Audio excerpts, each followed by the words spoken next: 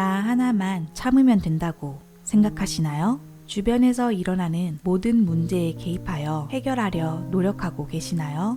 다른 사람들의 문제에는 과도한 책임감을 가지고 매달리는 반면 외롭고 우울하고 슬프고 괴로운 자신의 내면은 무책임하게 내팽개치지 않았나요?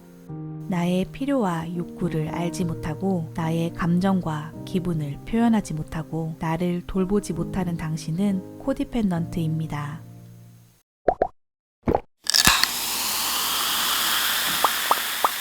나는 참 열심히 살았다. 나는 주어진 환경에서 더 많이 노력하고 견디며 내가 할 수 있는 최선의 인내심과 이해력을 발휘했다. 그렇게 쉼없이 앞으로만 달렸으나 달려온 길을 돌아보니 텅 빈 고속도로처럼 아무것도 이룬 게 없었다. 내 삶이 황폐해지고 다 망가졌을 때 더 이상 견딜 수 없는 순간이 되어서야 지나온 인생의 궤적을 돌아보았다. 나는 다른 이에게 힘이 되어주고 고민을 들어주고 문제를 해결해 주었다. 그럴수록 사람들은 고마워하기는커녕 무례하거나 부당한 부탁을 하기도 했다. 나는 그 역시 거절하지 못했다. 그러나 정작 내가 힘들 때는 도움을 받을 곳이 한 군데도 없었다. 분노는 이내 겉으로는 모든 이에게 아낌없이 주었으나 누구에게도 희생과 인내심을 되돌려받지 못한 나에게로 향했다. 내 인생에서 같은 패턴이 반복되고 있다면 그 원인은 나에게 있는 것이 아닐까? 돌이켜보면 나는 다른 사람이 나를 이용하도록 내버려 두었고 내 권리를 주장하지 못했다. 내가 양보하고 희생하고 상대방의 상황을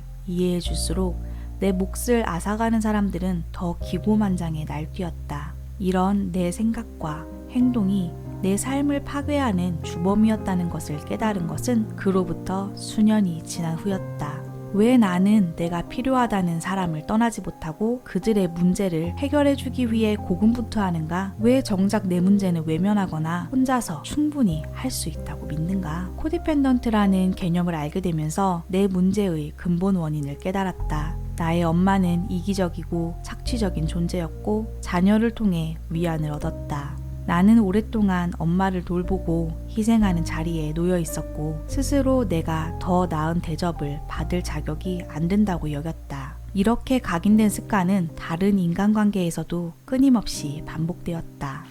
지나치게 많은 책임을 지지만 그런 사실을 불평하지 않는 코디펜던트와 다른 사람이 자신의 문제를 책임져야 한다고 생각하는 나르시시스트가 만나면 연애를 하거나 결혼을 하거나 절친한 친구가 되거나 동업을 합니다. 자기 혐오, 트라우마, 상처로 가득한 코디펜던트 내면의 주파수는 나르시시스트와 꼭 맞아 서로 감지할 수 있습니다. 코디펜던트는 운명처럼 만난 나르시시스트를 자신의 이타심으로 변화시키고 만족시킬 수 있다는 헛된 이상을 쫓습니다. 이제 우리는 단단한 착각에서 벗어나야 합니다. 드디어 출간하게 된 썸머의 신간 당신은 지나치게 애쓰고 있어요입니다. 아직도 정신 못 차리고 헤매는 코디펜던트들의 정신을 번쩍 들게 만들 수 있다는 책을 만들자며 출판사에서 출간 제안을 해주셨습니다. 코디펜던트 자신도 이해할 수 없는 스스로의 감정이나 행동을 말로 풀어보았고 왜 우리가 학대자에게 이끌리게 되는지, 건강하지 못한 패턴이 우리의 삶을 어떻게 망가뜨리는지, 그리고 여기서 극복하기 위해 어떤 노력이 필요한지를 담았습니다. 저 스스로 책을 쓰면서 많이 힘들었고 실제로 몸이 아프기도 수차례였습니다. 트라우마나 아픔을 다시 꺼내어 되새김질하고 재정의한다는 것은 큰 고통입니다. 하지만 이 과정을 거치니 제 몸을 디톡스한 것처럼 죄책감이나 슬픔이 빠져나가 지금은 훨씬 가벼워졌습니다. 이 책을 읽으시는 분들도 모두 돌봄 중독으로부터 디톡스 하시면 좋겠습니다.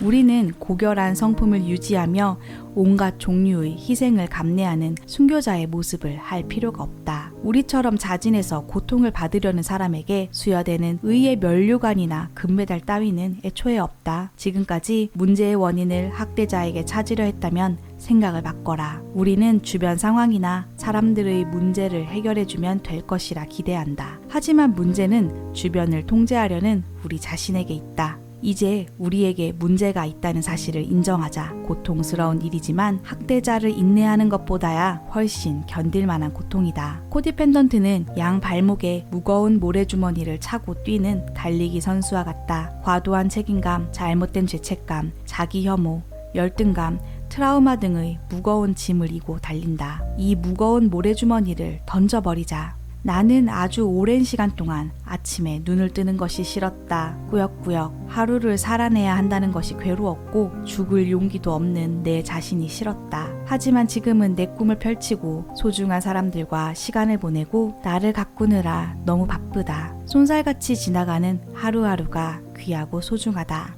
이제부터 당신의 시간, 에너지, 감정, 인생은 오롯이 당신의 것이다.